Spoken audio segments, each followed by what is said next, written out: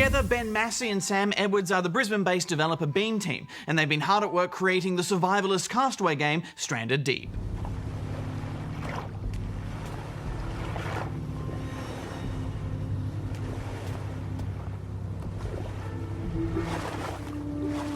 Stranded Deep is currently in early access, so it is pretty bare bones right now, but there is a game there to play. It begins in the sky. After a martini-based crafting tutorial, this happens.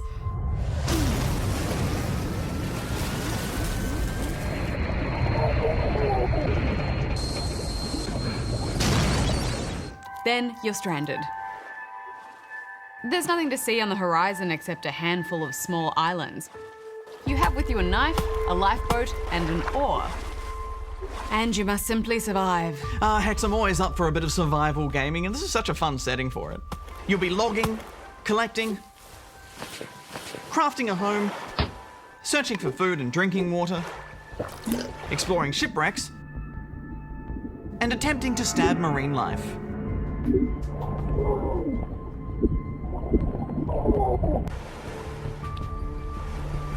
And of course, watching out for those pesky sharks. Last time I came across a shark, he just left me alone. These guys are hungry. Maybe they only hunt in packs. Oh no! Oh! Oh! Even though this is only the foundation for the full game, the core mechanics are all there. In fact, the interface is quite polished, especially compared to other survival games that we've played in alpha.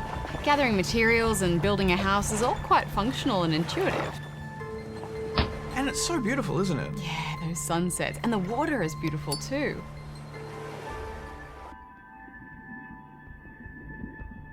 Most of all, I liked how minimal that HUD is. There's just basic notifications to notify you if you're getting hungry, for example. Otherwise, it's all clean. I'm gonna take my bed with me.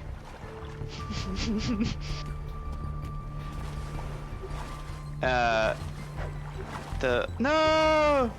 Okay, I'm abandoning the bed. One interesting feature is that all of the islands are procedurally generated, so different each time, and I like that, but I just wish there was more that would kill you. Never in my life did I think I'd be playing video games where I blow whistles at crabs. Alright,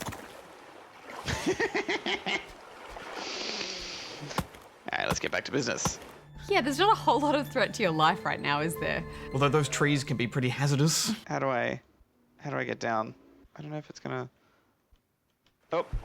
Oh! Okay, that was not a good plan. I'm not sure I could completely recommend Stranded Deep just yet, but what is there is well made. And I did like how each new piece of equipment I'd find gave me hope of one day constructing something to help me leave the island. What does it eat? Okay. Oh, can I use it?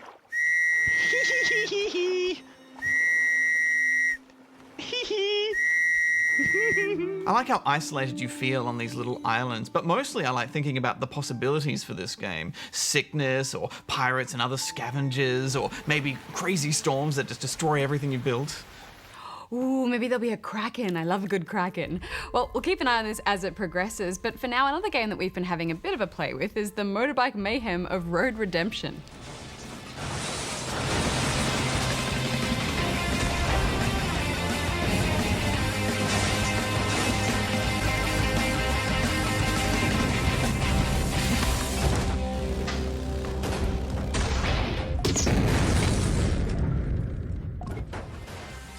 Hex, you and I are such big fans of the old school Road Rash games. It's just a shame that a bunch of dud sequels in the 90s killed off the series. Yeah, I mean, there were the old rumours that EA was going to revive the franchise, but that sort of never happened. So it's a good thing that the spiritual successor has revved onto the scene.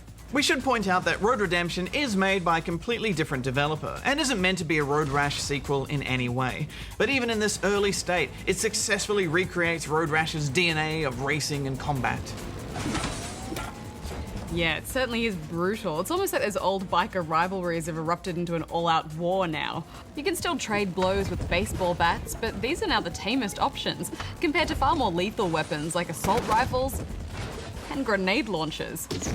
At first I was a bit worried about the guns. There's already so much going on the road. You're ducking and weaving, avoiding traffic. I thought they might be a bit too fiddly, but they've nailed it. So much so that I always go for the guns over melee, especially during those assassination missions. Yeah, I'm not completely sold on the assassination mode just yet. As you said, they work well if you've got a good gun, but if you're stuck with just melee, there's often no way to take down enough bikers before the time limit runs out. And if it's a rooftop level, forget about it. Yeah, those rooftop levels are a great idea, but they're definitely the weakest part of the game. Plus, the physics feel a bit wonky because you're suddenly able to knock metal vents around like they're cardboard boxes. But then I'd instantly forget all those issues each time I nailed some crazy takedown in the middle of a jump. Worth it. Yeah, you're right. The game's sense of fun is just so infectious, isn't it? Does it make sense for your rider to hallucinate cars falling out of the sky? No, but it's hilarious. Yeah, it's kind of like riding in the wake of a tornado. The sticky bombs were by far my favourite. And under all of these outrageous moves, there's a robust combat engine too, with grabs and counterattacks. Another interesting tweak they've made is building the campaign around permadeath. And this adds some real stress to it when you're one crash away from death. True, but to counter that, your health and turbo are topped up with each takedown.